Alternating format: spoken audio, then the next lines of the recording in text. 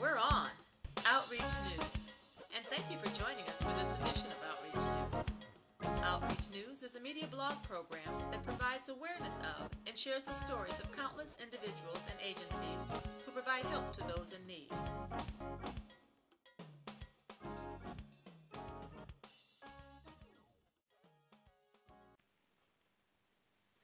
Well, hello, everyone, and thank you for listening to and or downloading to this edition of Outreach News. I'm Linda Knox, your host, and today's broadcast is very special. It's very special for a number of different reasons. The first being that it's the first podcast and interview that I've done in quite a few months.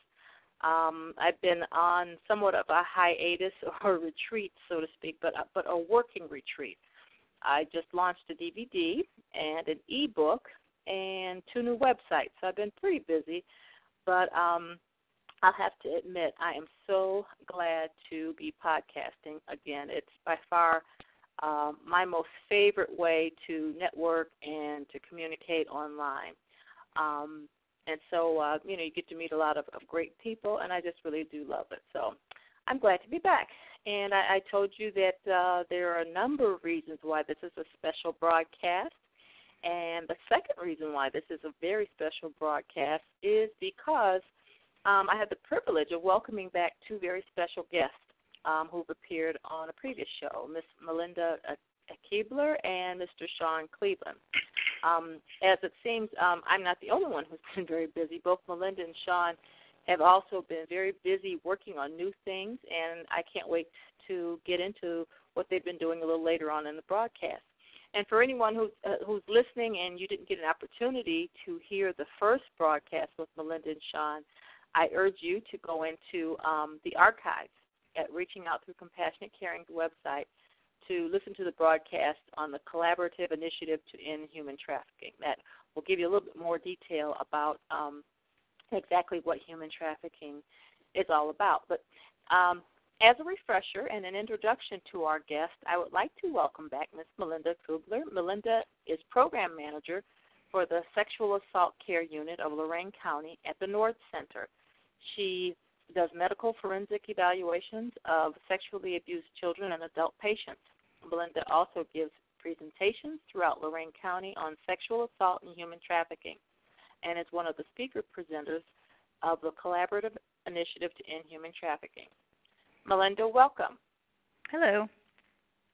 And next we have Mr. Shawn Cleveland. Shawn is a presenter, speaker at the Collaborative Initiative to End Human Trafficking, and he's also newly employed with the Gathering House, and he'll share more about that a little later. Shawn is a licensed minister and a missionary to the nation of Mexico. Shawn's heart and compassion is to raise awareness about human trafficking and to network with national and local groups and organizations, helping them to learn more about this subject. Shawn, welcome. Thank you very much. Well, as I stated earlier, you guys have been quite busy doing an awful lot of things since our last interview. But as a refresher, before we start getting into some of the new things that you're working on, Shawn, can you just give us a brief overview of what human trafficking is and what the Collaborative Initiative to End Human Trafficking is? Plain and simple, human trafficking is modern-day slavery. A lot of people think it ended with Abraham Lincoln signing the Emancipation Proclamation, but it just went underground. People are still being sold into commercial sex trade and also labor trafficking. And we're now known as the Human Trafficking Collaborative of Lorain County. And what we're doing, we're making the community aware that this problem isn't a third world country problem. It's a United States problem. It's an Ohio problem. It's a Lorain County problem. It's everywhere. And we're just trying to make people aware and also hopefully find victims and see them set free. Okay. Now, how does the Collaborative Initiative to End Human Trafficking fit in? That was like our parent collaborative that trained us up and released us. And so now we're on our own. We still network with them and other collaboratives and groups, but we're now over Lorain County. Okay. Now, you just released a new public service announcement. Do you want to tell us a little bit more about that? Yes, Melinda and I were talking, and I voiced my desire to do a commercial or PSA, and we talked about it, and we said, well, we got to come up with the money, and it was Melinda who got a grant to finance the project, and I connected with two of my friends, Jason Howard and Eric David, who do filming and video editing, and we all got together and brainstormed and scripted out a PSA, and we got some terrific young actors that I knew that came to help us out, and we were able to shoot the PSA all in one day, and now we have that online on our Facebook page, and we're going to be releasing it on different places like YouTube is on there already. We're going to use Vimeo, whatever network we can get that onto so the people can see it. Yeah, well, I have to say I saw it, and it's really good. I'm pretty surprised when you said that it was shot all in one day. It was very well done. I've already taken the link and posted it to a couple of my sites, and I would urge our listeners to go into YouTube, and I think if you type in, what was I forget the... Human Trafficking Collaborative. Of Lorain County. Human Trafficking Collaborative of Lorain County. If you search for that, you'll find it, and you can go in and where it says share, just click that share button and snag the link. And for people, if you're on Facebook or Twitter or whatever your social media is, of course you would know how to just click that link and put it in LinkedIn. I mean, any place that you can think of to help spread the word. It's very, very well done. Okay. Now, what's your next video project? Well, my next desire is to do a few more PSAs, but also I'd like to do a documentary on the local community, the homeless community here in Lorain County, and to show that they're very vulnerable to human trafficking, forced prostitution, forced labor. They're a forgotten part of our society. And I understand also that there's a conference coming up at the Lorain Community College? Correct. We're working with Los Unidos.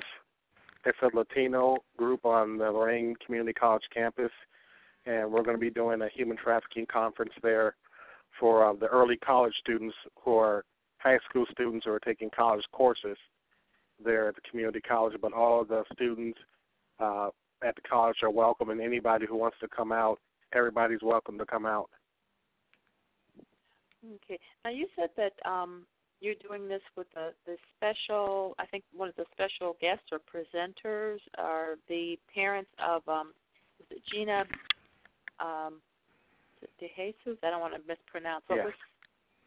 And now she was a young lady who disappeared, and I forgot what year it was, but they believe that she could have possibly been a victim of human trafficking. Yes, it happened 7 years ago. She was 14. She was walking home from school, and she just disappeared. And her parents, we've contacted them through Edward Morales. He's president of Los Unidos. And he contacted them, and they want to be a part of this conference in November. And we want somebody to speak on behalf of the parents whose children have been lost to this crime. Okay. And we'll put the information up on our website explaining more about that. You've been also working with, and actually I guess this is a place where you actually work too, the Gathering Hope House. That's right. This is a homeless facility. What's that about? What we do there, we actually connect homeless people with the different agencies that could help them, like a housing project, help them get SSI, food stamps, temporary shelter like Haven Center, and we connect them. We don't actually house the people, but we have a daycare facility where the people can come during the day at Gathering Hope House, and we serve breakfast, lunch, dinner, and we have different things they can do there. But we connect with people. I'm what's called a homeless outreach specialist. I actually go out and find the people.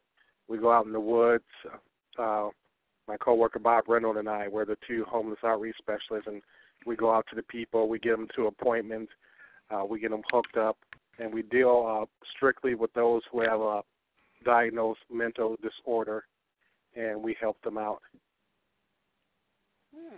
Now, PATH, P-A-T-H, is that a part of the Gathering Hope House? Yes, that's the outreach part where I work in, and we're the ones that actually go out and connect with the people and bring them in. Okay. Well, hopefully we'll also have a link to their website as well. Boy, Shawn, you are.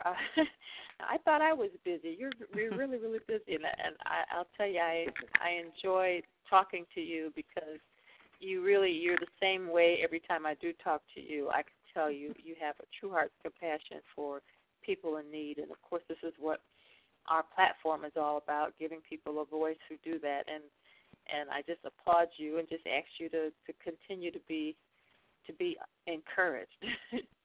Thank you. Now, Mindy, you've been pretty busy too. You're now working with the Trafficking Commission. What is the Trafficking Commission?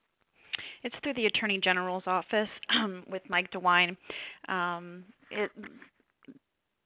They had it last year, trying to set up the new law that had just passed for Ohio, making human trafficking a standalone crime. But now this year we were asked to come back and be part of the 2011 Human Trafficking Commission for the state of Ohio.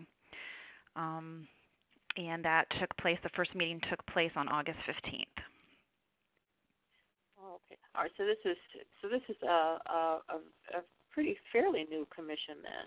Yes, there's new members. It was different this year. You had to be invited to come back to the commission, and fortunately, I was asked to come back. So, feel pretty lucky. So, what type of things will you actually be doing? We discuss if the new laws that could possibly be passed, as well as making the law, the new law that makes it a standalone crime for human trafficking, trying to update it, trying to get law enforcement trained on human trafficking, which is a challenge at times, trying to get everybody trained on what to look for, how to handle the perpetrators that are found, and how to properly handle the victims when they come in, as well as resources, as well as the commission itself has there's like 6 or 7 different subcommittees that are being formed, and each commission member needs to be on one of those subcommittees, and then we can invite people within the community. Like, we'll invite the collaborative initiative members to be parts of those subcommittees. So which makes, it's great because you have all kinds of different voices trying to assist and pass new things.